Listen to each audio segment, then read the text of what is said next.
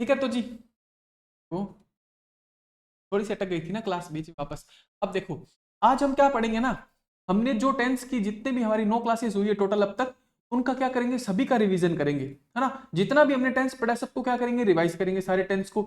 और साथ में क्या पढ़ेंगे ना, हम साथ में सारे जो प्रीवियस ईयर्स क्वेश्चन है ना वो सारे करेंगे। कौन से, देखो आरपीएससी ने आरएस के 4th पेपर में टेंस के जितने भी क्वेश्चन पूछे हैं, कब से लेकर 2008 से लेकर 2023 तक, जितने भी क्वेश्चन पूछे ना सबको सॉल्व करेंगे अभी क्लास के अंदर। तो देखो 2008 से ज्यादा पुराने करने से तो कोई मतलब नहीं है, 8 से लेकर 23 तक खूब सारे एग्जाम हुए हैं आरएस के, उन सभी के हम सॉल्व कर लेंगे और क्या कर लेंगे, टेंस को रिवाइज कर लेंगे। देखो इससे क्या होगा, आपको एक पूरी कंप्लीशन की फीलिंग आएगी क्या, कि देखो हमने टेंस पढ़ा भी बहुत अच्छे से, मतलब 9 क्लासेस लिए और एक एक 1.5 घंटे की ना बहुत अच्छे से पढ़ा है, आपका एक भी क्वेश्चन गलत नहीं होगा। और देखो साथ में क्या कर लिया, उसको रिवीजन, उसको रिवाइज करना कैसे, मैं आपको मेथड बताऊंगा आज। उसको रिवाइज वैसे नहीं करना है जैसे हमने पढ़ा था, जैसे आप क्लास में मतलब पढ़ रहे थे उसको उस तरीके से रिवाइज नहीं करना है। मैं उसको रिवाइज करने का क्या मेथड होता है, मतलब क्या स्मार्ट स्टडी होती है वो उसके अंदर बताऊंगा, और साथ में क्या कर लेंगे, सारे क्वेश्चन भी कर लेंगे। तो चलिए शुरू करें, आगे सब बच्चे चलते हैं, चलो ना। अब देखो शुरू करते हैं। ये तो अपना आज लेक्चर नंबर कौन सा है, 10th है, 9 क्लासेस अपनी कंप्लीट हो गई। अब देखो, देखो जब हमने टेंथ को शुरू किया था ना, सबसे पहले हमने क्या पढ़ा था, देखो आज जितनी चीजें बताऊं ना वो सारी आपको A to Z याद रखनी है, सभी चीजें, ठीक है। देखो जब हमने टेंथ शुरू किया था तो सबसे पहले हमने क्या पढ़ा था, गुड इवनिंग सभी को ना, चलते हैं आगे, ठीक। तो देखो हमने एक बी की वर्ब पढ़ी थी, है ना, मैंने क्या पढ़ा था, बी। देखो बी इंग्लिश में एकमात्र ऐसी वर्ब होती है जिसकी कितनी फर्स्ट फॉर्म होती है, 4 फर्स्ट फॉर्म होती है। कौन कौन सी, इज, एम, आर और बी खुद, 4 होती है। अब देखो एक और बात बताता हूं आपको इसी के साथ, इंग्लिश में बी एकमात्र ऐसी वर्ब होती है जिसकी कितनी सेकंड फॉर्म होती है, 2 सेकंड फॉर्म होती है। कौन सी, वॉज और वर। देखो फर्स्ट फॉर्म हो गई इज, एम, आर और बी खुद, और सेकंड फॉर्म कितनी हो गई, वॉज और वर। उसके बाद देखो,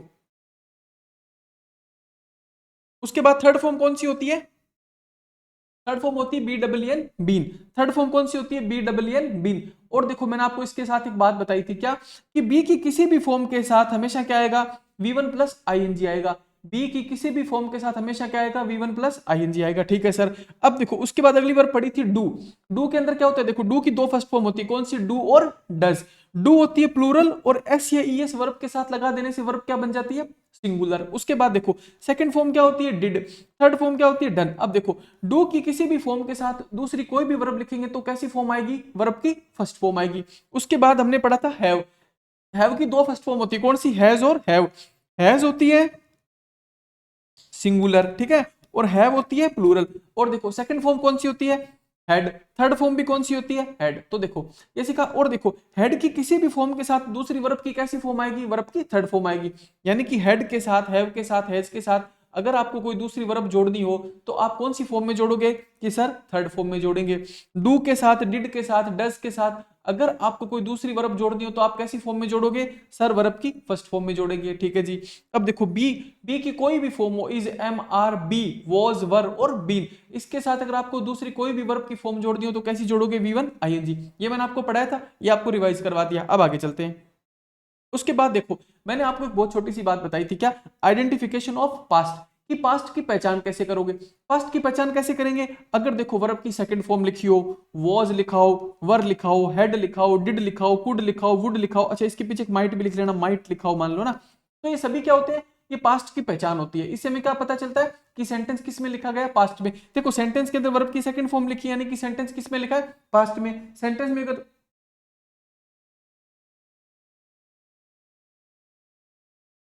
है ना।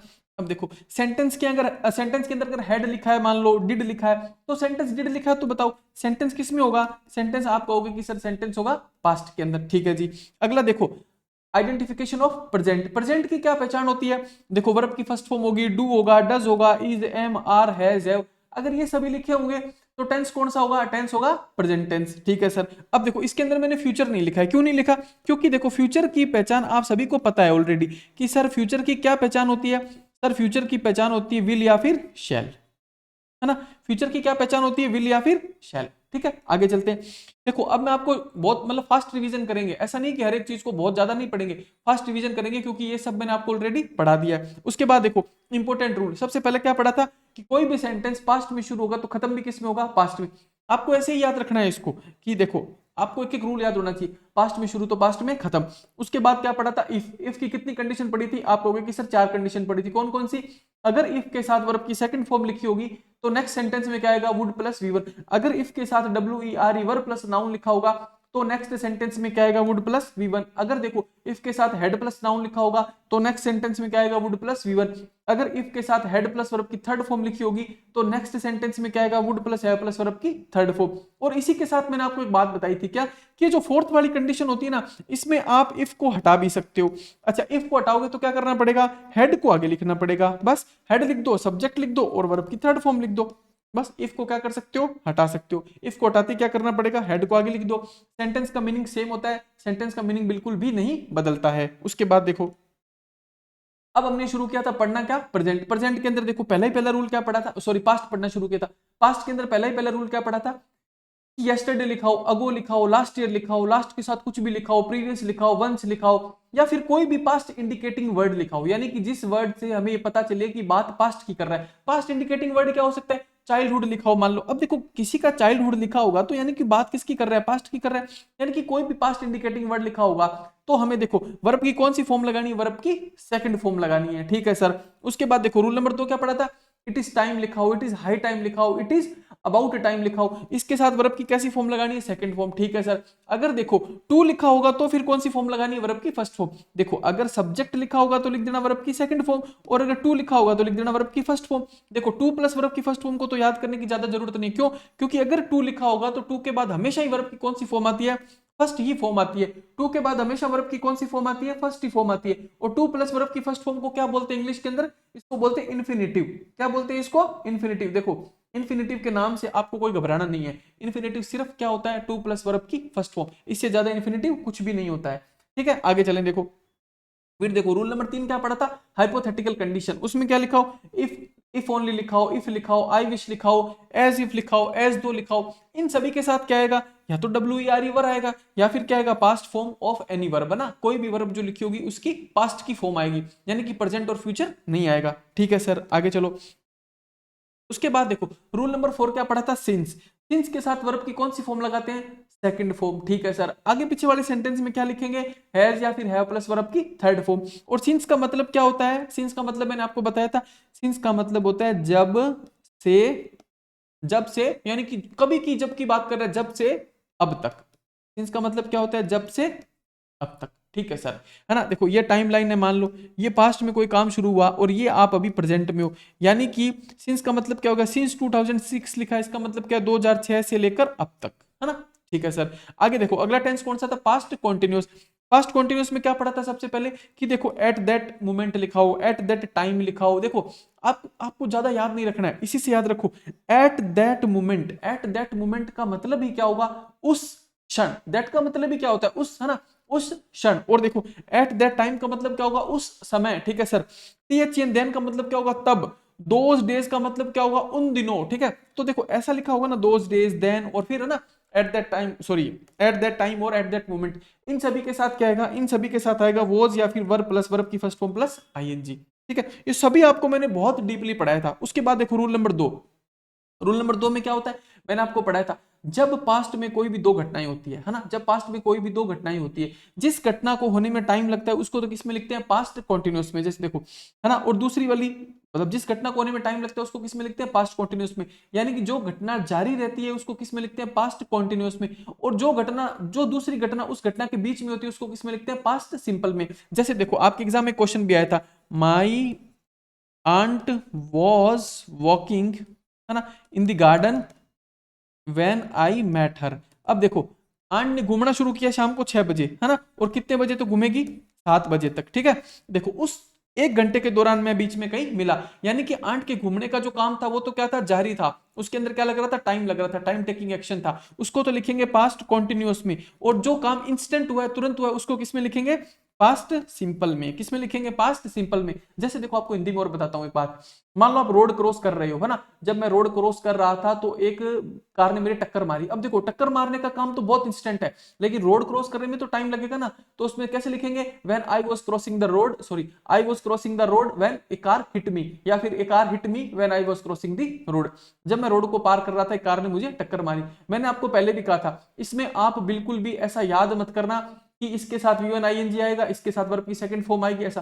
क्योंकि देखो आपको उस सेंटेंस में उस जो इंसिडेंट आपको दिया होगा उसको थोड़ा सा पहचानना होगा कि टाइम किस में लग रहा है और तुरंत कौन सा हो रहा है। इतना सा पहचान गए, आपको कुछ याद नहीं रखना पड़ेगा। जो टाइम टेकिंग एक्शन होगा उसको तो लिखेंगे पास्ट कॉन्टिन्यूअस में, और जो इंस्टेंट एक्शन होगा उसको लिखेंगे पास्ट सिंपल में। ठीक है सर, आगे चलो। देखो अब क्या होता है ना, कई बार पास्ट के अंदर सोचो एक काम तो टाइम टेकिंग हुआ, एक काम इंस्टेंट हो गया, लेकिन कई बार क्या होता है दोनों काम में टाइम टेकिंग होते हैं। भाई दोनों में टाइम लगता है बराबर का। मान लो कोई गाना गा रहा है, कोई नाच रहा है, तो वो जितनी देर गाना गा रहा है उसको भी 1 घंटा लगा, जो डांस करने वाला है उसको भी 1 घंटा लगा। तो इन दोनों घटनाओं को किस में लिखेंगे? अगर दोनों में टाइम लग रहा है तो दोनों को पास्ट कॉन्टिन्यूअस में लिख देंगे, बहुत सिंपल है।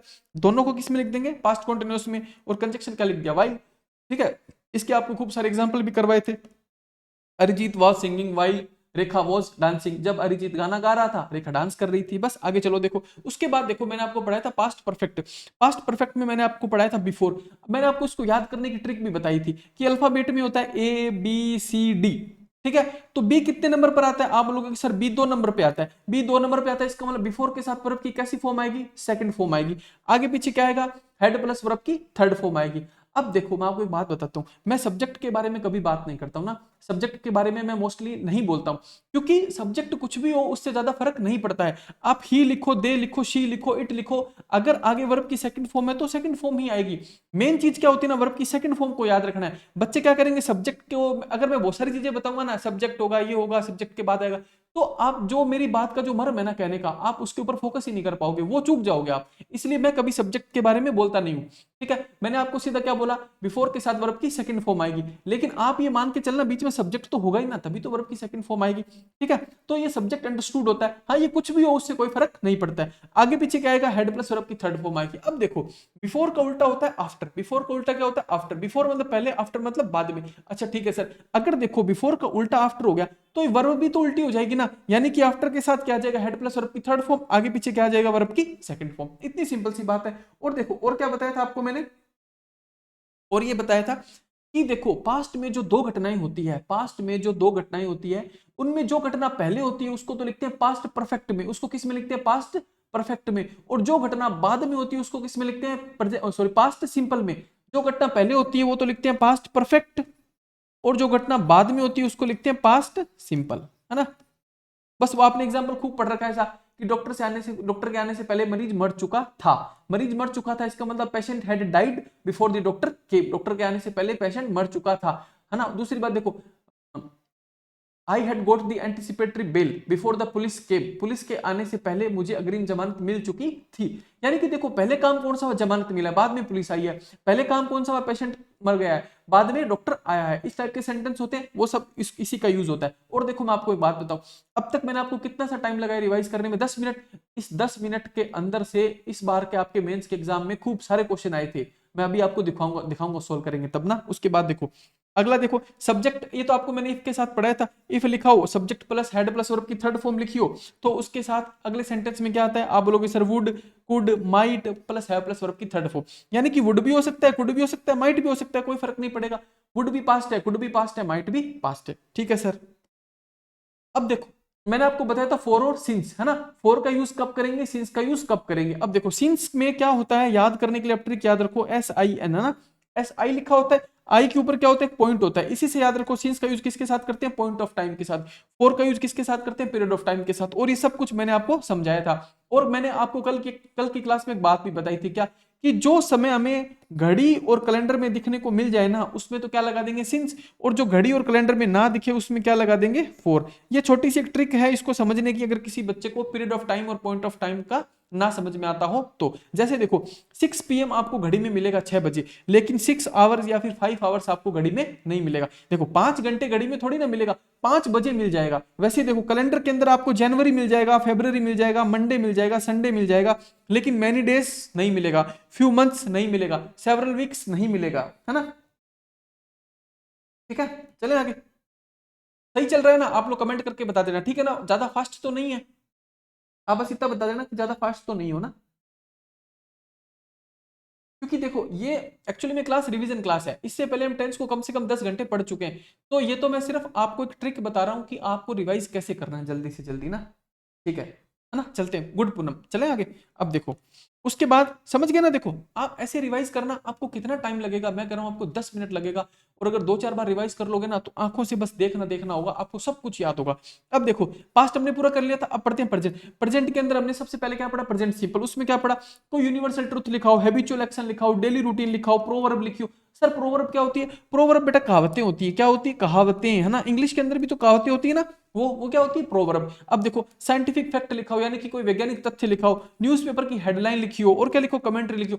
मैंने सब आपको एक एक चीज समझाई थी कि न्यूज़पेपर की हेडलाइन को प्रेजेंट सिंपल में क्यों लिखते हैं, ये भी मैंने आपको बताया था कि न्यूज़पेपर की हेडलाइन को क्यों लिखते हैं, ऐड क्यों आते हैं टीवी के अंदर, सब कुछ बताया था। कमेंट्री भी क्यों करते हैं, ये भी सब कुछ मैंने आपको बताया था। देखो कमेंट्री प्रेजेंट सिंपल में क्यों करते हैं, क्योंकि जो गेम की कमेंट्री होती है ना, गेम बहुत फास्ट चलता है। सोचो फुटबॉल का खेल चल रहा है ना, वो कितना फास्ट होता है, उसके अंदर कब प्रेजेंट हो गया, कब पास्ट हो गया, कब फ्यूचर हो गया, पता ही नहीं चलता है।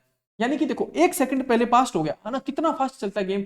तो उस समय को छुपाने के लिए क्या करते हैं कमेंटेटर, उस कमेंट्री को प्रेजेंट सिंपल में करते हैं ना, प्रेजेंट सिंपल में टाइम बताने की जरूरत नहीं पड़ती है, ठीक है? तो इन सभी के साथ किस टेंस का यूज करेंगे? प्रेजेंट सिंपल का। प्रेजेंट सिंपल का मतलब क्या होता है? प्रेजेंट सिंपल का मतलब होता है सर वर्ब की फर्स्ट फॉर्म, या फिर वर्ब की फर्स्ट फॉर्म प्लस एस या ईएस, ठीक है बेटा? अब देखो रूल नंबर 2, अब देखो क्या लिखाओ? ऑलवेज लिखाओ, ऑलवेज मतलब हमेशा, डेली लिखाओ, समटाइम्स का मतलब होता है कभी कभी, रेगुलरली लिखाओ, यूजुअली लिखाओ, फ्रिक्वेंटली लिखाओ, और क्या लिखाओ? देखो ऑफन लिखाओ, और क्या लिखाओ? ओकेजनली लिखाओ, और क्या लिखाओ? शेल्डम, शेल्डम मैंने आपको कल पढ़ाया था। नेवर लिखाओ, एवरीडे लिखाओ, एवरी नाइट लिखाओ, generally लिखाओ।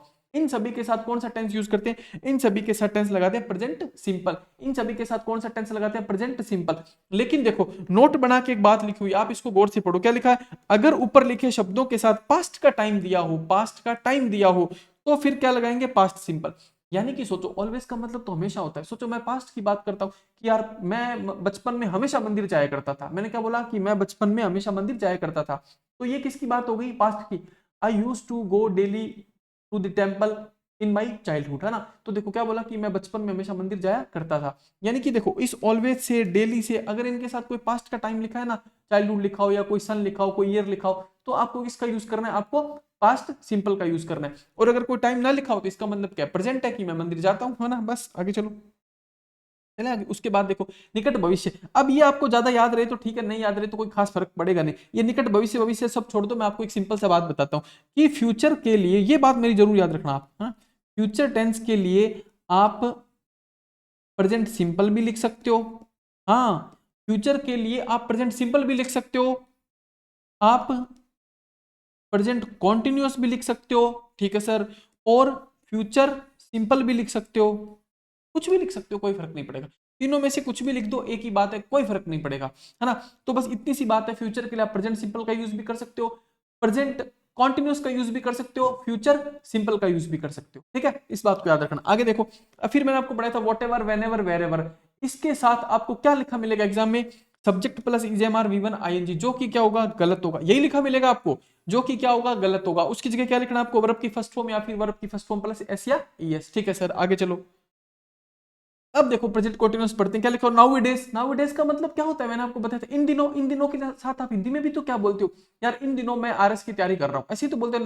Nowadays I am preparing for the RS exam, है ना? ऐसे ही तो बोलते हैं नाउअडेज, इन दिनों मैं ये कर रहा हूं, इन दिनों मैंने कोचिंग ज्वाइन कर रखी है, इन दिनों मैं कोचिंग जा रहा हूं, इन दिनों मैं क्लासे ले रहा हूं, है ना? ऐसे इन दिनों। दिस डेज का मतलब भी क्या होता है? इन दिनों। और देखो एट दिस टाइम मतलब अभी, इसी समय मैं क्या कर रहा हूं? आई एम टीचिंग, है ना? I am teaching eight this time, इस समय मैं आपको पढ़ा रहा हूं। और देखो एट दिस मोमेंट भी तो सेम ही होता है, इस क्षण मैं क्या कर रहा हूं? इस मैं अभी आपको पढ़ा रहा हूं। और देखो नाउ, नाउ मतलब अब, आजकल मैं क्या करता हूं? देखो फिर मैंने आपको पढ़ाया था लुक। लुक का मतलब होता है देखो, देखो कोई रो रहा है ना? लुक, सॉरी, देखो, ऐसे कुछ भी, लुक और लिसन दो पढ़ाए थे ना। देखो वह कितना जोर से चिल्ला रही है, देखो, या फिर क्या बोलते हैं? सुनो कि कोई रो रहा है, लिसन समवन इज क्राइंग। आप हिंदी में भी ऐसे ही बोलते हैं, गौर से सुनते हैं, ऐसे बोलते हैं ना कि सुनो, देखो बहुत जोर की आवाज आ रही है ना? कि कोई रो रहा है, ऐसे ऐसे तो बोलते हो हिंदी के अंदर भी। देखो वहां से बहुत जोर से आवाज आ रही है, ऐसे तो बोलते हो, बस यही तो करना है अपने को।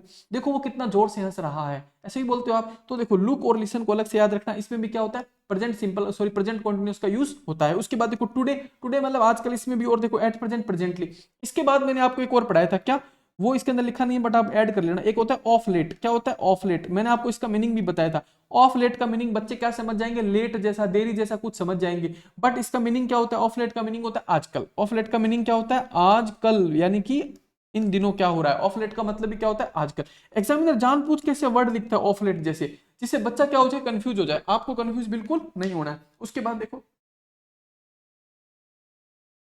बाद देखो उसके बाद देखो रूल नंबर 2 क्या लिखा है? Unofficial fixed program of near future.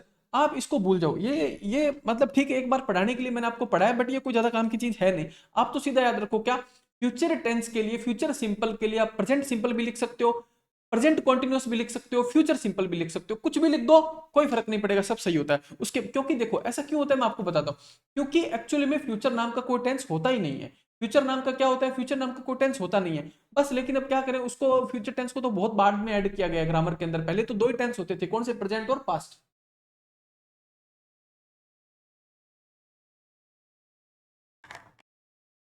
वो ऐसा हुआ ना, पहले दो ही टेंस होते थे, कौन से? प्रेजेंट और पास्ट।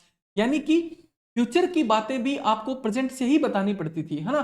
जैसे देखो आप हिंदी में भी ऐसा ही बोलते हो कि यार मैं कल दिल्ली जा रहा हूं। आप क्या बोलते हो? मैं कल दिल्ली जा रहा हूं, है ना। आपने कौन सा टेंस यूज किया? आपने प्रेजेंट कॉन्टिन्यूस यूज किया। बात कब की आपने? फ्यूचर की बात की है कि यार मैं कल दिल्ली जा रहा हूं, है ना। आप ऐसे तो नहीं बोलते कल मैं दिल्ली जाऊंगा जल्दी से ना।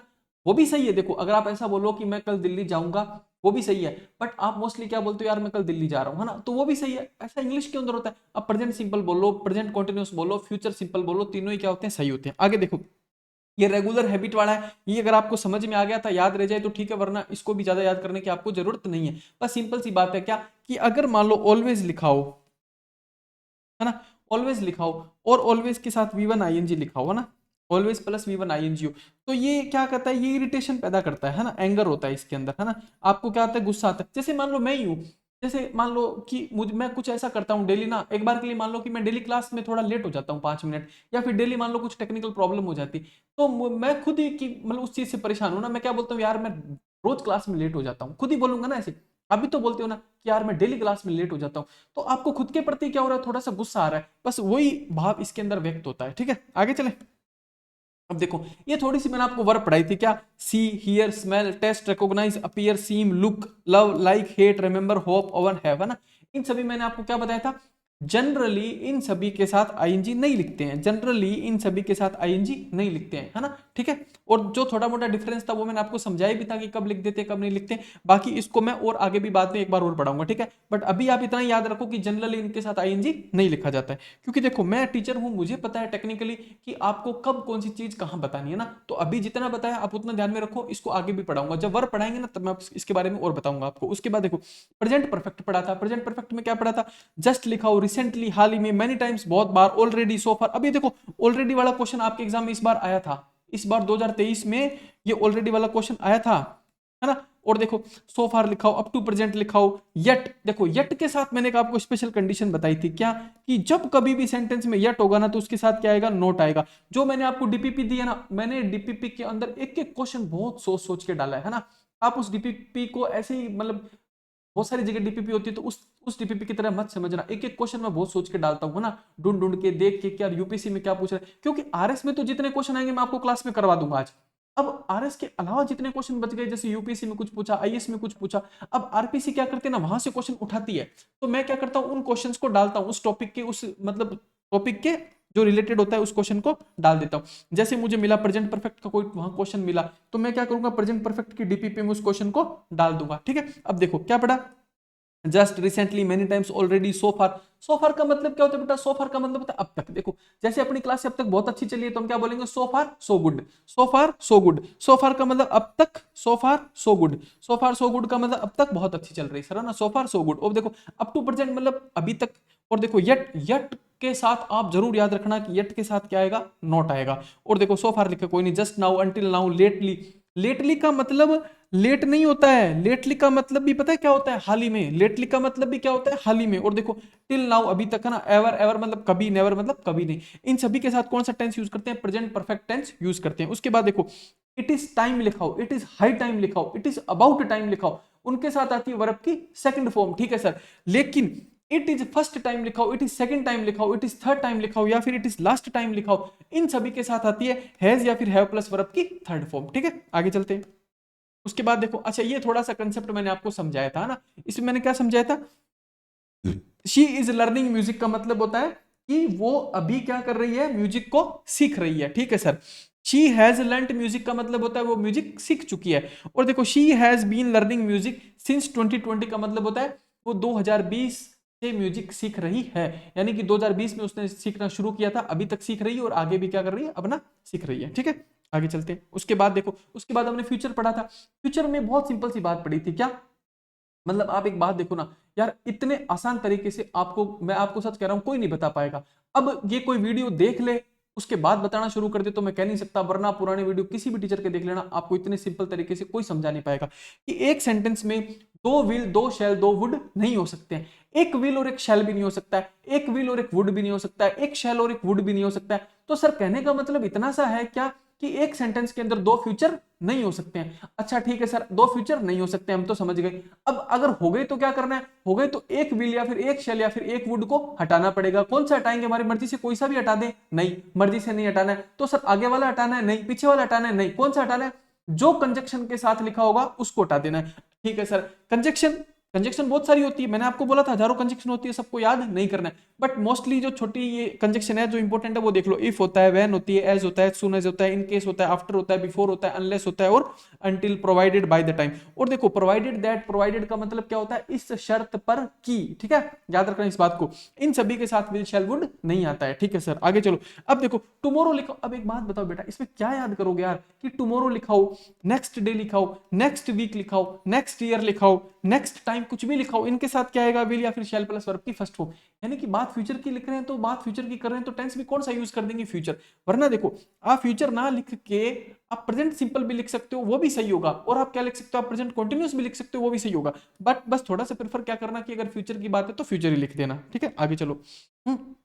उसके बाद फ्यूचर कॉन्टिन्यूस। फ्यूचर कॉन्टिन्यूस में क्या पढ़ा था कि एट दिस टाइम लिखाओ, एट दिस मोमेंट लिखाओ, लेकिन उसके साथ देखो प्लस, प्लस लिखा ना, लेकिन उसके साथ क्या लिखाओ, टुमारो लिखाओ, नेक्स्ट लिखाओ, फ्यूचर का कोई भी टाइम दिया हो। तो टेंस कौन सा आएगा, विल या फिर shall plus be plus verb की first form plus I N G. Tense कौन सा आएगा, फ्यूचर कॉन्टिन्यूस। ठीक है सर। अब देखो अगला फ्यूचर परफेक्ट टेंस। मैंने आपको फ्यूचर में दो ही बातें मेन बताई थी, क्या, एक सेंटेंस में दो विल, दो शैल, दो वुड नहीं हो सकते।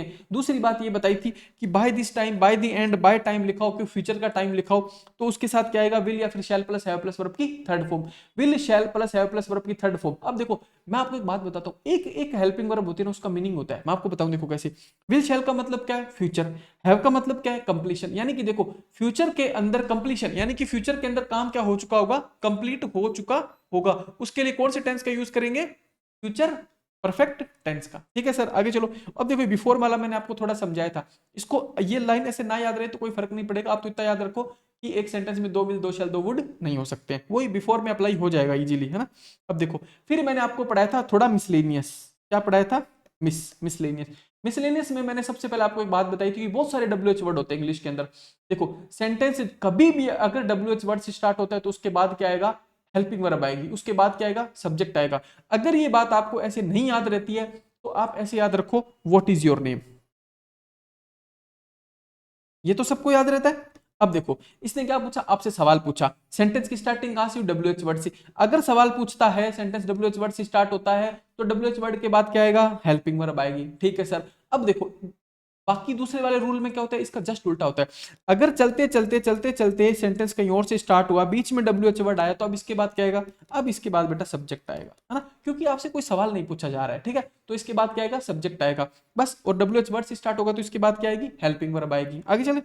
अब देखो, अब देखो ये पढ़ेंगे टेंस की टेबल, है ना। टेंस की टेबल में क्या पढ़ा था, देखो ये टेंस की टेबल आप थोड़ी सी क्या करना, इसको गौर से देखो बहुत देर तक, और अपने दिमाग में इसको फिट कर लो कि कहां कहां कौन कौन से डब्बे हैं, है ना, इन बॉक्सेस को, इन सभी के साथ। ये देखो ये प्रेजेंट है, ये इंडेफिनेट है, यानी कि ये डब्बा किसके लिए हो गया, प्रेजेंट इंडेफिनेट के लिए। ये डब्बा किसके लिए हो गया, ये पास्ट है, ये परफेक्ट है, यानी कि ये डब्बा किसके लिए हो गया, पास्ट परफेक्ट के लिए। पास्ट परफेक्ट के अंदर हेल्पिंग वर्ब क्या आएगी, आप बोलोगे सर हेड आएगी, वर्ब की थर्ड फॉर्म आएगी। ठीक है सर। ये ऐसा ही फ्यूचर है, ये देखो ये फ्यूचर सिंपल है, ये फ्यूचर कॉन्टिन्यूस है, ये फ्यूचर परफेक्ट है। ये सारा एक बार आप देखना, आपको पूरा याद हो जाएगा इजीली, मैंने आपको पूरा समझा रखा है पहले से। अब चलते हैं देखो आगे। तो ये तो था अपना रिवीजन, ठीक है। अब एक बात सोचो, अब रिवीजन करने में अपने को लगा मात्र 30 मिनट, है ना, 30 मिनट से भी कम लगा है, शुरू में तो हाई लो करते रहते हैं ना, मान लो 25 मिनट लगे हैं।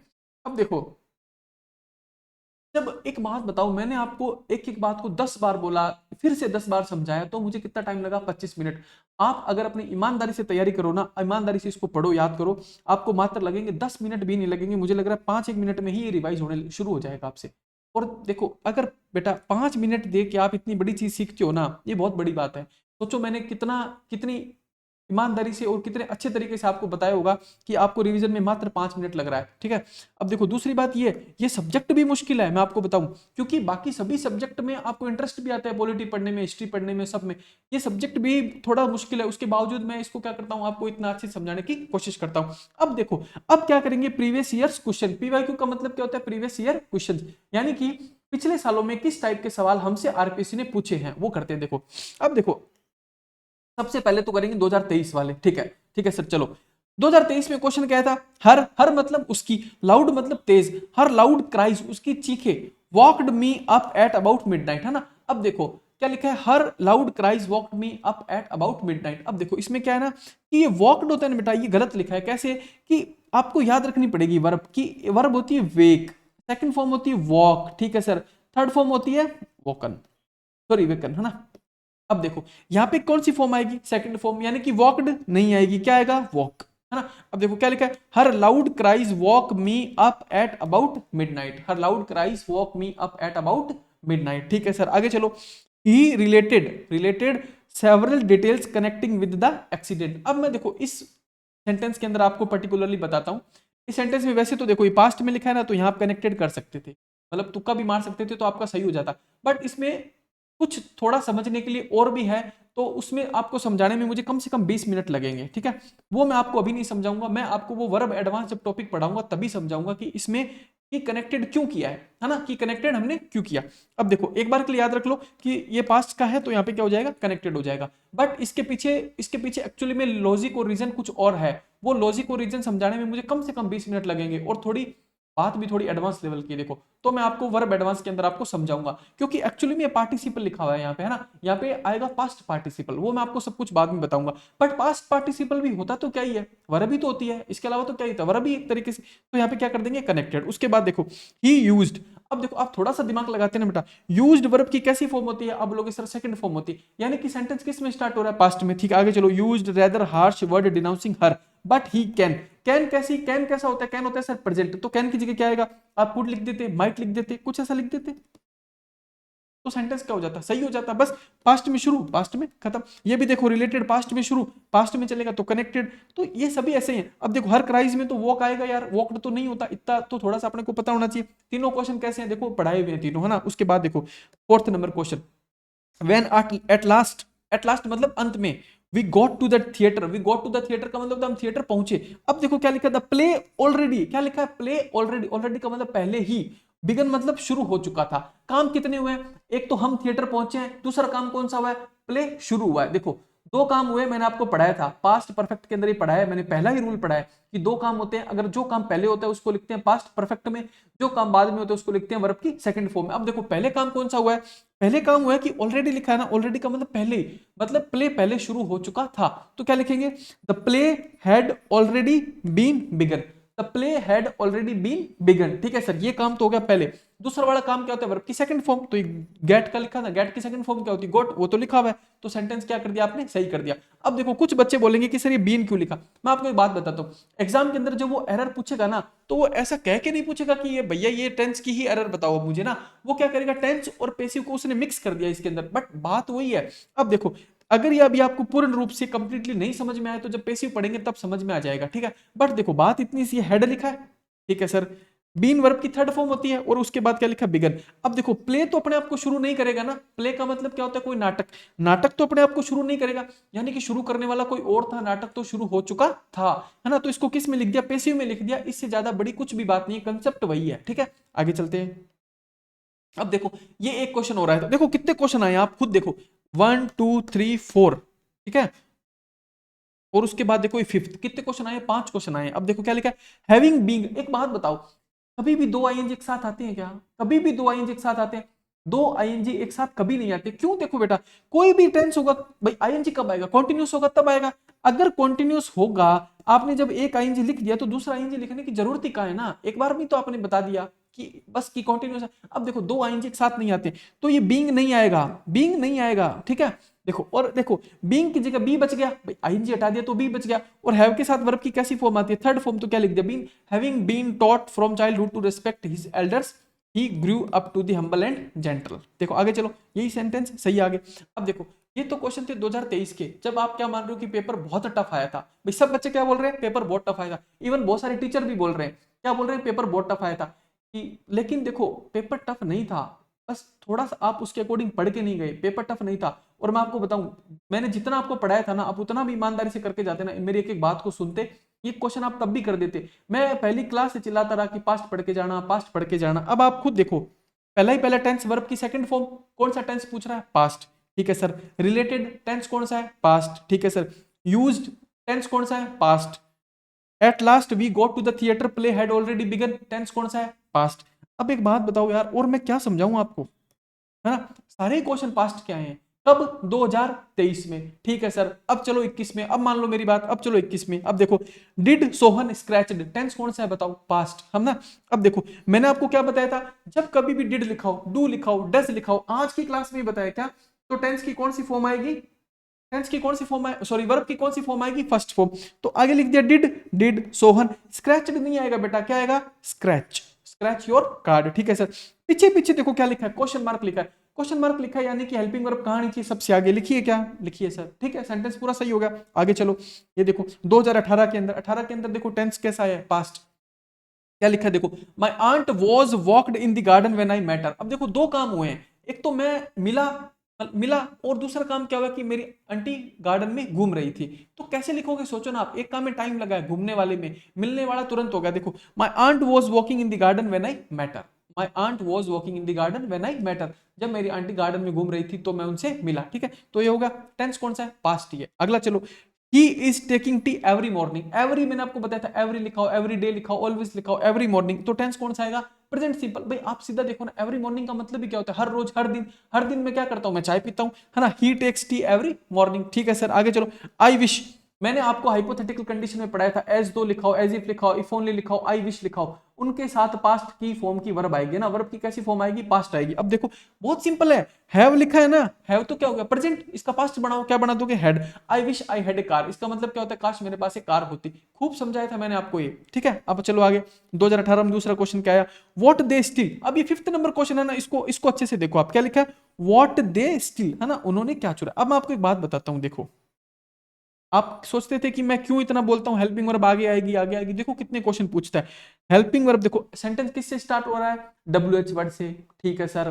पीछे क्या लगा हुआ है? Question mark. देखो सेंटेंस किससे स्टार्ट हुआ? WH वर्ड से, पीछे क्या लगा हुआ है? Question mark. यानी कि ये बात कैसी होगी?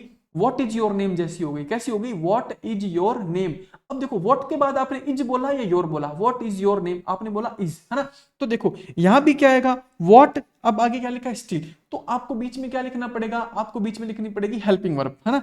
तो क्या लिखेंगे? व्हाट डू, ठीक है। दे स्टिल, इसका मतलब होता है वो क्या चुराते हैं, है ना। What do. देखो मैंने क्या बताया था, सेंटेंस को जब कभी भी इंटरोगेटिव बनाना होता है, हेल्पिंग वर्ब को सब्जेक्ट से आगे लिखना होता है, ठीक है। डू लिख दो, डिड लिख दो, तब भी सही है। व्हाट डिड दे स्टिल, क्योंकि डू लिखो, डिड लिखो, आएगी तो वर्ब की फर्स्ट फॉर्म इसके बाद, तो स्टिल तो लिखी है, ठीक है। तो आप डू लिख दो, डिड लिख दो, बात एक ही है, कोई फर्क नहीं पड़ेगा। What did they still, what do they still, है ना, कुछ भी लिख दो, एक ही चीज है। चले आगे। लेकिन देखो सब कुछ पास्ट का पूछा है उसने आज तक। अब देखो 2016 में कैसे क्वेश्चन आए थे, मैंने आपको इतना समझाया था। She is learning English for 5 years, क्या लिखा है? 5 साल से इंग्लिश सीख रही है। मैंने इसका ट्रांसलेशन क्या बताया था सोचो आप। मैंने कहा था शी इज लर्निंग का मतलब तो इतना ही होता है कि अभी सीख रही है। अगर आगे पीछे का टाइम दे दिया ना तो गड़बड़ हो जाती है। टेंस कौन सा यूज करना पड़ता है? तो भी हाँ डू भी आ सकता है ना सर, हाँ बिल्कुल डू आ सकता है। डू बिल्कुल आ सकता है पूनम, क्यों नहीं आ सकता है? मैं आपको बताऊं, ये सभी लोगों ने पता है इसका सॉल्यूशन डिड डिड लिख दिया, क्योंकि एक दो कोचिंग वालों ने आंसर की निकाली थी, उन्होंने डिड लिख दिया था, तो लोगों ने भी सोचा क्या पता डिड ही आएगा। ऐसा कुछ नहीं है, डू भी आ सकता है, बिल्कुल आ सकता है डू, कोई फर्क नहीं पड़ेगा, है ना। और देखो और बताऊं आपको, डू क्यों आप ऐसा भी लिख सकते हो, व्हाट विल दे स्टील, वो क्या चुराएंगे, ऐसा भी लिख सकते हो, ये भी आ सकता है। व्हाट वुड दे स्टील भी आ सकता है। मतलब आपको सही करना आना चाहिए यार, 1000 तरीके हैं सही करने के, उससे कोई फर्क नहीं पड़ेगा, ठीक है। क्यों, देखो आप सोचो ना, व्हाट विल दे स्टील क्यों नहीं आ सकता है, वे क्या चुराएंगे, ऐसा भी तो हो सकता है। बस आगे चलो। हाँ, अगर देखो इसके पीछे यस्टरडे लिखा होता ना, इसके पीछे क्या लिखा होता यस्टरडे, तो फिर क्या आता, तो फिर डिड आता, तो फिर क्या आता, सिर्फ डिड आता, ठीक है। आगे चलो। अब देखो शी इज लर्निंग नहीं होगा बेटा, मैंने आपको बताया था शी इज लर्निंग का मतलब तो सिर्फ इतना होता है कि मैं अभी क्या कर रहा हूं, आगे पीछे का पता नहीं चलता है। मैंने आपको कहा भी था, एग्जांपल भी दिया था, सोचो मेरे घर से फोन आ जाए, मेरे घर वाले पूछे क्या कर रहा है, तो मैं क्या बोलूंगा, I am teaching, I am taking my class, है ना, ऐसे तो बोलूंगा ना। उसका मतलब क्या, उनको ये पता चल गया मैंने कब क्लास लेनी शुरू की, नहीं। उनको ये पता चल गया मैं कब क्लास बंद कर दूंगा, नहीं। उनको सिर्फ क्या पता चला, जब उन्होंने फोन किया तो मैं क्या कर रहा था, क्लास ले रहा था। लेकिन देखो इसमें 4-5 ईयर्स लिखा है, इसका मतलब क्या होगा, पीछे का पता चल रहा है। जब पीछे का पता चलता है तो टेंस कौन सा यूज करते हैं, प्रेजेंट कॉन्टिन्यूअस या फिर प्रेजेंट परफेक्ट, कोई सा भी लिख दो कोई फर्क नहीं पड़ेगा। She has been learning English for 5 years, क्या लिखेंगे, she has been learning English for 5 years, या फिर क्या लिख दो, she has learned English for 5 years, तब भी सेंटेंस सही है, कोई फर्क नहीं पड़ेगा। अगला देखो, with what you will satisfied. अब देखो पीछे क्या लिखा हुआ है इसकी, मुझे बता दो, सेंटेंस के सबसे लास्ट में क्या है। आप बोलोगे कि सर सबसे लास्ट में तो क्वेश्चन मार्क है, यानी कि सेंटेंस कैसा है, इंटरोगेटिव है। अगर सेंटेंस इंटरोगेटिव होता है तो क्या करना पड़ता है, क्या करना पड़ता है, हेल्पिंग वर्ब को सब्जेक्ट के आगे लिखना पड़ता है। तो लिखो ना बेटा, ये जो विल लिखा है ना, इसको कहां लिखना पड़ेगा, यू से आगे, विद व्हाट विल यू, ठीक है। अब देखो यू सेटिस्फाई नहीं होगा, क्या होगा, with, sorry, with what will you be satisfied, है ना, you will you be satisfied. अब मैं आपको एक बात बताता हूं, एक्चुअली में ये जो क्वेश्चन पूछा गया है ना, ये tens plus voice, tens plus voice को मिला के पूछा है। भाई देखो एग्जामिनर भी तो तेज है ना, वो टेंस और वॉइस दोनों को मिला के उसने क्वेश्चन बनाया और यहाँ पे पूछ दिया। अब देखो अब थोड़ी सी प्रॉब्लम अभी क्या है ना, अभी सिर्फ आप लोगों ने मेरे से टेंस पढ़ा है, आप पैसिव भी पढ़ लोगे तो ये आपको पूरा समझ में आ जाएगा। बट ये तो आपको पता चल गया ना, आगे कौन आएगा, विल। अब देखो यू विल सेटिस्फाई का मतलब होता है आप किसी को सेटिस्फाई करोगे, लेकिन देखो यू विल बी सेटिस्फाइड आएगा कि आप सेटिस्फाइड हो जाओगे। ऐसा क्यों किया, क्योंकि देखो आगे लिखा है विद व्हाट, मतलब किस चीज, क्या चीज आपको दे दी जाए कि आप सेटिस्फाई हो जाओ, ठीक है। आगे चलो। अब देखो आरएस 2013 की बात करते हैं, उसमें क्या था, अब खुद सोचो क्या आएगा, दे 4 hours outside the ticket window, ये तो छोड़ो, ये तो ऐसे लिखा हुआ है, क्या लिखा है 4 आवर्स, तो क्या आएगा बताओ, दे हैव बीन वेटिंग, क्या आएगा, दे हैव बीन वेटिंग, लिख दो यहाँ पे, दे हैव बीन वेटिंग। और क्या आ सकता है, और सर ये आ सकता है, they have waited, they have waited, कुछ भी लिख दो, दोनों ही सही है। अगला देखो, आई विश। अब आप एक काम करो ना, ये जो सेकंड वाला है ना 2013 का सेकंड वाला, ये इसमें कमेंट करके बताओ क्या आएगा, क्योंकि बहुत सिंपल है कमेंट करके बताना, इसके अंदर छोटा सा बताओ, देखो क्या आएगा कमेंट करके। Good Poonam good, has learned भी कर सकते हैं सर, बिल्कुल कर सकते हैं, बिल्कुल कर सकते हैं। सही कौन सा होगा, सही सुरेंद्र कोई सा भी हो सकता है मेरे भाई, क्यों नहीं, क्यों डू गलत थोड़ी ना है, डू भी सही है, डिड भी सही है, विल भी सही है, वुड भी सही है, मे भी सही है, कैन भी सही है, सब सही है, कोई फर्क नहीं पड़ेगा। देखो एक चीज को सही करने के 1000 तरीके हो सकते हैं ना, आप कोई सा भी करके आते, एग्जामिनर आपको नंबर देगा, 100% देगा यार। एग्जामिनर है ना, सही नहीं है, उसको बहुत ज्यादा नॉलेज है, उसको पता है जब आप सही लिखोगे ना वो आपको नंबर देगा। हाँ गुड पूनम, क्या आएगा यहाँ पे, वर आएगा, गुड क्या आएगा, वर।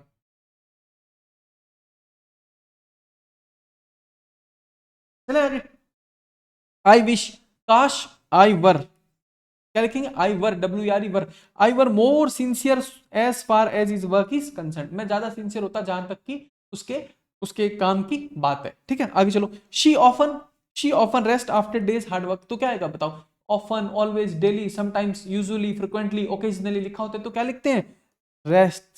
शी ऑफन, वो अक्सर आराम करती है किसके बाद, काम के बाद, वो अक्सर क्या करती है, आराम करती है किसके बाद, बहुत मेहनत के काम के बाद। आगे चलो, 2012 में क्या है, देखो, the taxi, it is time to leave, it is time to leave का मतलब होता है ये समय जाने का है, अब चले, it is time to leave, अब समय आ गया कि हम चले, तो क्या होगा सोचो, द टैक्सी क्या आएगा बताओ, the taxi will arrive, taxi पहुंचेगी और हम चले, ऐसा थोड़ी होता है। हम क्या बोलते हैं सोचो, कि टैक्सी आ चुकी है अब हम चलते हैं, ऐसी तो बोलते हैं ना, तो क्या आएगा, द टैक्सी हैज अराइव्ड, क्या आएगा, the taxi has arrived, it is time to leave, taxi आ चुकी है, it is time to leave, चलो अब चलते हैं, ठीक है। आगे देखो, banks more money these days, these days आ गया तो क्या लिखना पड़ेगा बताओ आप, बैंक्स आर लैंडिंग, मैंने आपको बताया था दीज डेज लिखाओ, नाउ ए डेज लिखाओ, है ना।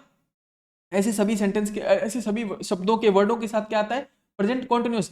Banks are lending more money these days to encourage business to expand, business को बढ़ाने के लिए इन तीनों बैंक क्या कर रहे हैं, बहुत सारा लोन दे रहे हैं। आगे चलो, शी विद एंगर, गुस्से से, as she left the office, left the office का मतलब होता है ऑफिस से निकलकर जाना, ठीक है। वो सोचो क्या लिखा है, शेक का मतलब होता है कांपना, क्या बोलते हैं हम, वो गुस्से से कांप रही थी, क्या बोलते हैं, देखो एक काम होता है ऑफिस का गेट खोला बाहर निकल गए, एक काम होता है कांपने का, टाइम किस में लगेगा सोचो, कांपने में। शी वॉज शेकिंग, वो गुस्से से कांपी, ऐसा नहीं बोलते हैं कि वो ऑफिस से निकली और गुस्से से कांपी, नहीं, क्या बोलते हैं, जब वो ऑफिस से निकली वो गुस्से से कांप रही थी, तो she was shaking with anger as she left the office, जब वो ऑफिस से जा रही, जो ऑफिस से निकली तो वो गुस्से से कांप रही थी। अब देखो, इट इज हाई टाइम, क्या आएगा, it is high time we went to bed, it is high time के साथ वर्ब की कैसी फॉर्म आती है, सेकंड फॉर्म, तो क्या आएगा went, it is high time we went to bed. अगला देखो, ही सडनली, अच्छा इस फिफ्थ नंबर क्वेश्चन में क्या आएगा बता दो आप लोग, फिफ्थ नंबर में क्या आएगा बता दो सब, watch checking, good good Poonam, lending की स्पेलिंग गलत दिख गया यार पूनम, और तो सब सही, एज अराइव, गुड है ना यार पूनम, ऐसा कैसे हो सकता है भाई, मेड क्यों लिखा आपने, कोई बात नहीं, अब आपको बताता हूँ, देखो अब देखो, मेड लिख दिया ना आपने, मेड, ये ऐसा नहीं है कि आपको समझ में नहीं आया, आपको समझ में सब कुछ आ रखा है, बट थोड़ी सी क्या है कि मतलब प्रैक्टिस की कमी है ना, उस वजह से आप सेंटेंस को पकड़ नहीं पा रहे हो। अब देखो मैं बताऊंगा, आप तुरंत पकड़ जाओगे, है ना। अब देखो, देखो ये जो चीजें है ना, देखो मैंने आपको गाड़ी चलानी सिखाई, ठीक है, मैंने आपको सब कुछ सिखा दिया कि गाड़ी को कैसे चलाया जाता है, लेकिन अब आपको गाड़ी को खुद ड्राइविंग सीट पर बैठ के रोड पे निकलोगे ना, तब एकदम आप परफेक्ट ड्राइवर बन जाओगे। कब तक, मैं कह रहा हूं आप किसी से गाड़ी चलाना सीख लो, जब तक आप अपने हाथ से अकेले रोड पे लेके नहीं निकलोगे ना, आपको नहीं चलानी आएगी अच्छे से। हाँ ठीक है, सिखाने वाले ने सिखा दिया सब कुछ, अब आपको अच्छे से आ गई है, अब जो प्रैक्टिस है ना आपको खुद करनी पड़ेगी। आप किसी से भी गाड़ी सीखने के बाद 1000 किलोमीटर गाड़ी खुद चला लो अपने हाथ से, आप एकदम परफेक्ट ड्राइवर बन जाओगे, भाई सीधी सी बात है ना। ने आपको पूरी सिखा दिया, आपने स्कूल ज्वाइन किया, ड्राइविंग स्कूल ज्वाइन किया आपने, उसने आपको सब कुछ सिखा दिया, लेकिन अब आप 1000 किलोमीटर जैसे ही कंप्लीट कर लोगे अपने खुद अकेले से चला के, आपको गाड़ी चलानी आ जाएगी। वैसा इंग्लिश के अंदर है, मैंने आपको सब कुछ सिखा दिया, जो टीचेबल थिंग्स थी ना, टीचेबल मतलब पढ़ाने योग्य, वो मैंने आपको सब कुछ बता दिया। अब थोड़ी सी जो बची वो क्या है, वो लर्नेबल है। लर्नेबल मतलब क्या होता है, सीखने योग्य है, वो आपको खुद सीखनी पड़ेगी थोड़ी सी, मैं आपकी हेल्प जरूर करूंगा, थोड़ा सा देखो आप मेरा साथ लो और सीखो। देखो वर्ब लिखिए, और मैं आपको एक बात बताता हूं, आप ऐसा मत सोचना कि ऐसी बहुत सारी वर्ब होती होगी, क्या ऐसी बहुत सारी नहीं होती है, ये एक आधी होती है, अभी मिल गई। अब मैं आपको ना मतलब 1-2 दिन के अंदर मैंने बहुत सारी प्रैक्टिस बनाई है आप लोगों के लिए, टेंस की ना, कम से कम भी मान लो है 300 400 500 क्वेश्चन है, वो दूंगा, आप आराम से तसल्ली से बैठ के रोज के 10-20 करते रहना, डाउट आए तो मेरे से पूछते रहना। आप जिस दिन वो पूरी शीट कर लोगे ना 500 क्वेश्चन की, एक भी क्वेश्चन आपका गलत नहीं होगा, आपको मेरे से क्या हर किसी से भी ज्यादा आ रहा होगा, ठीक है। अब देखो, ही सडनली, सडनली मतलब अचानक। अब एक बात बताओ, रियलाइज करना क्या होता है, रियलाइज, रियलाइज करना होता क्या है, क्या किसी काम के होने से पहले कुछ रियलाइज होता है हमें, नहीं, हमें क्या होता है उस काम के होने के बाद रियलाइज होता है कि यार ये गलत कर दिया, ऐसा होता है ना। रियलाइज कब होता है, इंसान को काम होने के बाद होता है। अच्छा, ही सडनली रियलाइज्ड, उसको अचानक से रियलाइज हुआ क्या, कि he a mistake in his calculation. आप एक बात सोचो, एग्जाम के अंदर आप कोई गलती करके आ जाते हो, उसके बाद आपको रियलाइज होता है कि यार वो गोला मैंने गलत भर दिया, तो फिफ्थ क्वेश्चन का तो मुझे आंसर भी आता था और वो अनजाने में गलती हो गई, अब आपको क्या हुआ, रियलाइज हुआ, लेकिन तब तक गलती हो चुकी है, तो गलती क्या हो चुकी है, खत्म। अब देखो, अब आपको बताता हूँ, रियलाइज्ड है ना, उसको रियलाइज हुआ क्या, कि उसने गलती की थी, पहले काम कौन सा किया, गलती की, उसके बाद क्या हुआ, रियलाइज हुआ। पहले काम कौन सा किया, गलती की, उसके बाद क्या हुआ, रियलाइज हुआ। जो काम पहले होता है उसको कैसे लिखते हैं,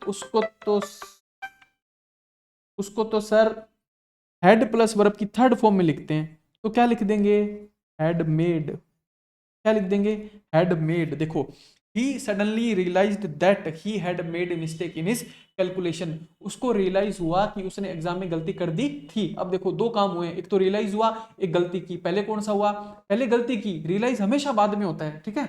अब एक बात बताओ आप लोग,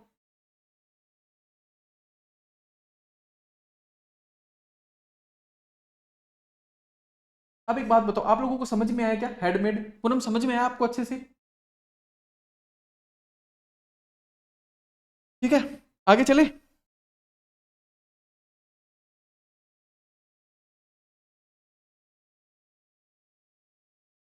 आगे चले।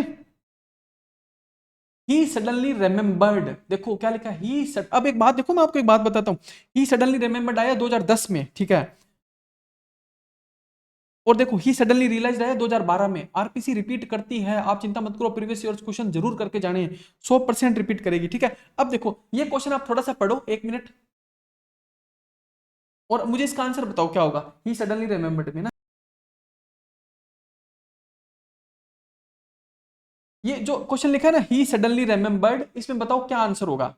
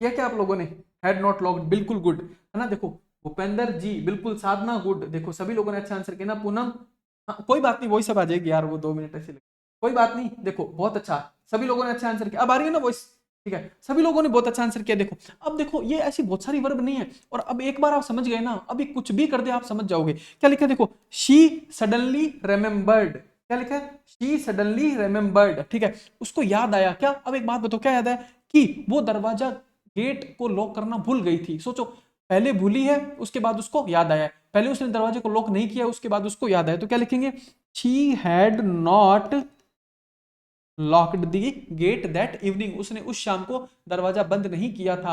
अब मैं आपको एक बात बताता हूं बेटा, ये सन कौन सा है, देखो 2010, सन कौन सा है 2010। क्वेश्चन किसका आया है, हेड प्लस वर्ब की थर्ड फॉर्म, टेंस कौन सा, पास्ट परफेक्ट। इस साल 2023 में भी क्वेश्चन कैसा आया था, पास्ट परफेक्ट। सोचो, इस बार भी वही आया था, the play had been already began, इस बार भी वही आया था, 2010 में भी वही आया। तो आप मानो ये बहुत बहुत सोच समझ के मैंने सिस्टम को बनाया हुआ है, क्वेश्चन आएंगे आपको पक्का मिलेंगे। अब देखो आगे चलते हैं, when the doctor examines you. अब देखो टेंस कौन सा है, एग्जामिन्स मतलब प्रेजेंट है, जब डॉक्टर आपको एग्जामिन करता है या फिर करेगा, ठीक है। You he will tell you, वो आपको बताएगा क्या, कि व्हाट रॉन्ग विद यू। क्या लिखना पड़ेगा बताओ, बी की फॉर्म लिखनी, क्या लिखोगे बताओ। जब डॉक्टर आपको एग्जामिन करेगा तो वो आपको बताएगा क्या, कि बताओ क्या बताएगा, सोचो। बी की फॉर्म का क्या होती है, इज, एम, आर, वॉज, वर, क्या होगी, क्या आएगा बताओ। What is wrong with you, ठीक है, कि आपके साथ क्या गलत है। भाई डॉक्टर, हम ऐसे ही बोलते हैं ना, क्या डॉक्टर ही पता लगा सकता है कि क्या बीमारी है, ऐसे ही तो बोलते हैं। ऐसा तो नहीं बोलते क्या बीमारी थी, ऐसा तो नहीं बोलते, क्या बोलते हैं कि यार अब तो डॉक्टर ही बताएगा कि आपकी क्या बीमारी है ना, भाई क्या गड़बड़ है। What is wrong with you when the, अब देखो एग्जामिन प्रेजेंट है, देखो विल टेल क्या फ्यूचर है, यानी कि यहां पर क्या आएगा, क्योंकि विल तो नहीं आएगा ना, विल का मतलब तो क्या हो जाएगा, कि डॉक्टर बताएगा कि क्या बीमारी या फिर क्या प्रॉब्लम आपको होगी, ऐसा नहीं। डॉक्टर बताएगा कि आपको क्या बीमारी है, और क्या करेगा, वो एग्जामिन करेगा, एग्जामिन मतलब जांच करेगा, जांच करके क्या बताएगा कि आपको क्या प्रॉब्लम है। अब देखो ऐसे सेंटेंस जो होते हैं ना, ये आपको धीरे धीरे प्रैक्टिस से ऑटोमेटिकली आने लग जाएंगे, कोई इसमें चिंता की बात नहीं है। अभी 500 सेंटेंस की प्रैक्टिस करो, उसके बाद देखना ये सब चीजें आपको आने लग जाएगी। अगला देखो, we nothing to eat since 8 o'clock, since 8 o'clock, देखो सिंस के साथ टाइम लिखा है, वी हैव, अब क्या आएगा, वी हैव, ठीक है सर, हैड, है ना, हैड का मतलब खाना भी तो होता है, वी हैव हैड नथिंग, अच्छा ईट लिखा है ना, अरे यार ये गलत टाइप हो गया, ये टू ईट नहीं आएगा, ये सॉरी, ये ईट है ना, ईट यहाँ पे था, ये इसके अंदर था, ये ऐसे, वो गलत टाइप हो गया थोड़ा सा, मुझे ऐसा लग रहा है। अगर अगर गलत भी टाइप हो गया तो उसका भी मीनिंग बन जाएगा, आएगा हैव हैड ही, क्या आएगा, हैव हैड, उससे कोई फर्क नहीं पड़ेगा। बट इस ईट को यहां से हटा दोगे तो क्या लिख सकते हो, वी हैव ईटन, क्या लिख देंगे, we have eaten nothing since 8 o'clock, हमने सुबह से कुछ नहीं खाया 8 बजे से, we have eaten nothing since 8 o'clock this morning, ठीक है। आगे चलो, व्हेन आई केम इन, अब देखो सेंटेंस को पढ़ के देखो अच्छे से आप, है ना, इसको फील करके देखो आप लोग, have had, good good good Poonam good, है ना। तो ईट में भी तो सर हैव हैड की तो नहीं आएगा, हाँ वो देखो हैव ईटन लिख दो तब भी ठीक है, और हैव हैड लिख दो तब भी ठीक है। ये हैव लिखा है, हैड वर्ब की थर्ड फॉर्म है, ठीक है। ये हैव लिखा है, ये ईटन वर्ब की थर्ड फॉर्म है, ठीक है। सही है ना सेंटेंस, सही है ना पूनम एकदम? हाँ बिल्कुल सही है, ठीक है। आगे चलते हैं। अब देखो अगला पढ़ के देखो। When I came in, when I केम इन का मतलब जब मैं अंदर आया, ठीक है। The cat in the chair, कुर्सी के अंदर कैट स्लिप क्या कर रही थी, सोचो, सो रही थी। The cat was sleeping, the cat was sleeping in the chair. अब कोई बच्चा स्लेप्ट मत लिख देना, उसका मतलब तो कुछ और होगा क्या, कि जब मैं अंदर आया बिल्ली सोई, ऐसे नहीं होता है। जब मैं अंदर आया तो बिल्ली क्या कर रही थी, सो रही थी। मैंने आपको बताया था पास्ट के अंदर दो काम होते हैं, एक काम चलता है टाइम टेकिंग होता है, उसको लिखते हैं पास्ट कॉन्टिन्यूअस में, और एक काम होता है इंस्टेंट, उसको लिखते हैं पास्ट सिंपल में, ठीक है। आगे चलो। Raju work 4 hours when I arrived here. आप मेरे को ना फिफ्थ सेंटेंस में क्या आएगा ये बता दो, उसके बाद आपका आपका सब कुछ कंप्लीट हो गया ग्रामर, ये मान लो। अब मुझे इतना बता दो फिफ्थ सेंटेंस में क्या आएगा, अच्छे से सोच के बताना कि क्या आएगा, बस खत्म, उसके बाद कंप्लीट है आपका काम। बताओ ये जो फिफ्थ सेंटेंस है ना, इसमें क्या आएगा बता दो बस।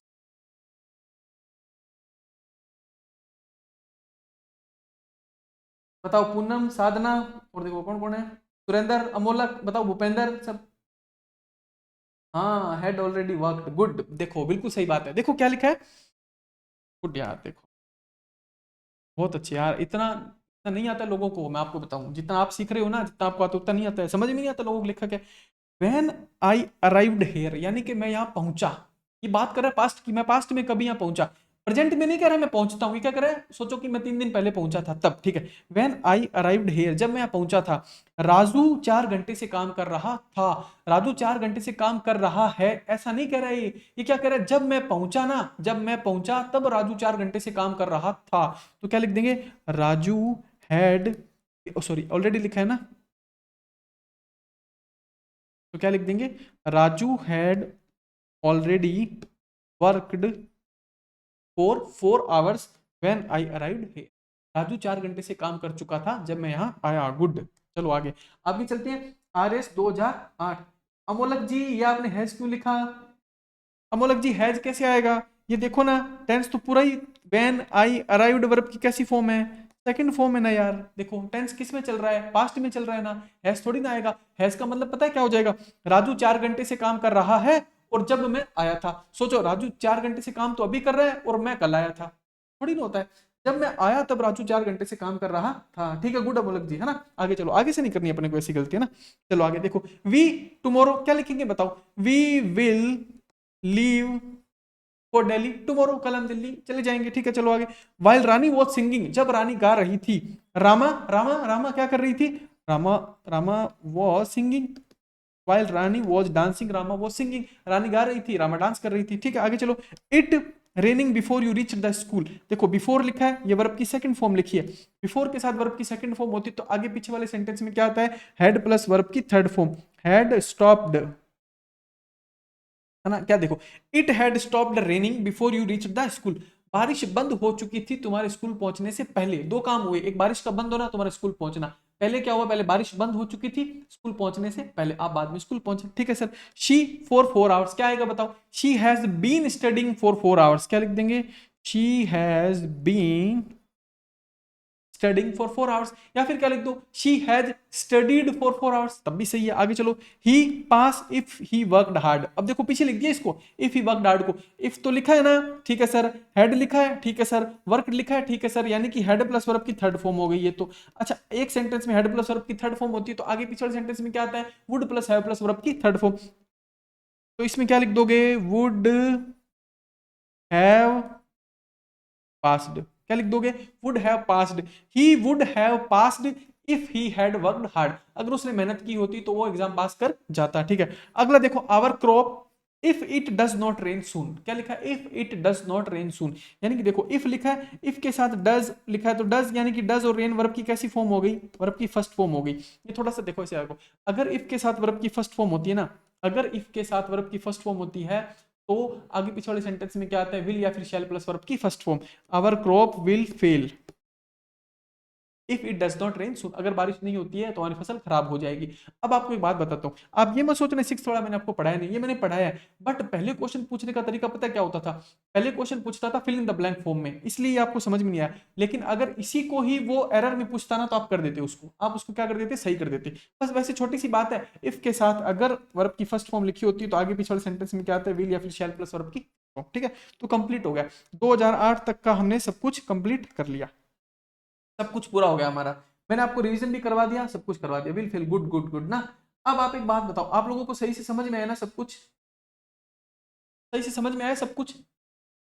इससे मुश्किल कुछ नहीं, देखो इतना आसानी से मैंने सब कुछ बता दिया ना, इससे मुश्किल भी अब कुछ भी नहीं है। बाकी टॉपिक तो इससे बहुत आसान है, बहुत बहुत आसान है, उनके अंदर कुछ है ही नहीं बेटा। आर्टिकल वार्टिकल ये मॉडल वॉडल, मैं आपको मॉडल 15 मिनट में ऐसे याद करवा दूंगा ना, पढ़ाने में ही 15 मिनट में ऐसा याद करवा दूंगा, आप खुद सोचते रह जाओगे कि यार इतने मुश्किल थे जो आज तक कभी समझ में नहीं आए, 15 मिनट में समझा दिए। 15 ही मिनट में मैं आपको समझा दूंगा पूरा मॉडल क्या है। और मैं गारंटी से कह रहा हूं, आप मॉडल को लेकर जिंदगी में उसके बाद कभी भी कंफ्यूज नहीं होगे, आपको मॉडल को लेकर उसके बाद जिंदगी में कभी परेशानी नहीं आएगी। आर्टिकल वार्टिकल सब रटने वाली चीजें सब पढ़ा दूंगा मैं आपको, कुछ भी मुश्किल नहीं है। बस आप थोड़ी सी ना प्रैक्टिस करते रहना, थोड़ी थोड़ी, ठीक है। जो आपको डीपीपी रोज दी जाए उसको थोड़ा थोड़ा सोल्व करते रहना। और देखो उसके बाद क्या करना, जो कोई बुक आपके पास अवेलेबल हो उसमें से एक्सरसाइज कर लेना, या फिर और किसी कोचिंग की भी आपको डीपीपी मिले तो उसको भी सोल्व कर लिया करो। कोई डाउट हो तो आप मेरे से पूछ लिया करो, ठीक है। तो चले, बस आपका ज्यादा टाइम नहीं खराब करूंगा, आज क्लास इतनी रखेंगे। कल tomorrow we will start our new topic which will be passive voice, sorry voice ना। हाँ डीपीपी सोल्व करवा दूंगा, कोई दिक्कत नहीं है, डीपीपी सारी सोल्व करवा दूंगा, मंडे को करवा दूंगा, कोई प्रॉब्लम नहीं, ठीक है। जितनी पीछे की डीपीपी है। तो हम कल हमारी क्लास में क्या शुरू करेंगे, हम पैसिव शुरू करेंगे, ठीक है। दो टॉपिक, टेंस और पैसिव, आपकी इंग्लिश खत्म पूरी, ठीक है। चलो, टेंस का यूज न्यूज़पेपर रीड का, टेंस का इसका न्यूज़पेपर पढ़ते हो तब क्या, न्यूज़पेपर में तो खूब टेंस का यूज लिखा होता है, वहां जहां जहां वर्ब लिखी होती है ना उसको पकड़ने की कोशिश करो कि कहां वर्ब की सेकंड फॉर्म लिख रहा है, कहां फर्स्ट फॉर्म लिख रहा है, सब कुछ पकड़ लो, वो इजीली पढ़ लोगे आप, मुश्किल नहीं है, मैं आपको बताऊं।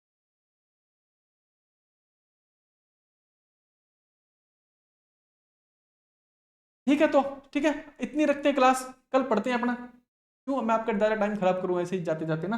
तो ठीक है, ओके सर, गुड नाइट। और आपको एक बात बताता हूँ, देख लास्ट लास्ट टाइम आपको एक बात बता के जाता हूँ, जिंदगी में कभी भी मोटिवेशन की तलाश मत करना। मोटिवेशन हारे हुए लोगों का काम होता है ना, उनको मोटिवेट करने की जरूरत पड़ती है। तो मतलब जो आदमी खुद से खुद मजबूत होता है ना, जैसे मान लो कि खुद कोई राजा होता है ना, राजा, उसको मोटिवेशन की जरूरत नहीं होती है, वो सेल्फ मोटिवेटेड आदमी होता है। जो उसके नीचे सैनिक सिपाही प्रजा होती है ना, उसको मोटिवेशन चाहिए होता है। बाबर ने भारत पर अटैक किया था ना, बाबर को मोटिवेशन की जरूरत नहीं थी, उसने तो अपने सैनिकों को मोटिवेशन दिलाया था, ऐसे वैसे। तो जो जिसके इरादे जिसके हौसले बुलंद होते हैं ना, वो सेल्फ मोटिवेटेड आदमी होता है। आप देखना जितने बड़े बड़े लोग हुए, राजा महाराजा, सब वो सब सेल्फ मोटिवेटेड थे। और मोटिवेशन तो बना ही सैनिकों के लिए था। आर्मी का ऑफिसर होता है ना, उसको मोटिवेशन की जरूरत नहीं है, वो सैनिकों को मोटिवेट करता है कि how is the josh, how is the josh, ऐसे बोलता है ना वो क्यों बोलता है? आप लोग मोटिवेट हो जाओ, वो तो सेल्फ मोटिवेटेड आदमी है, तो आप लोग ऑफिसर बनोगे, सेल्फ मोटिवेटेड रहना, ठीक है। ओके जी, गुड नाइट।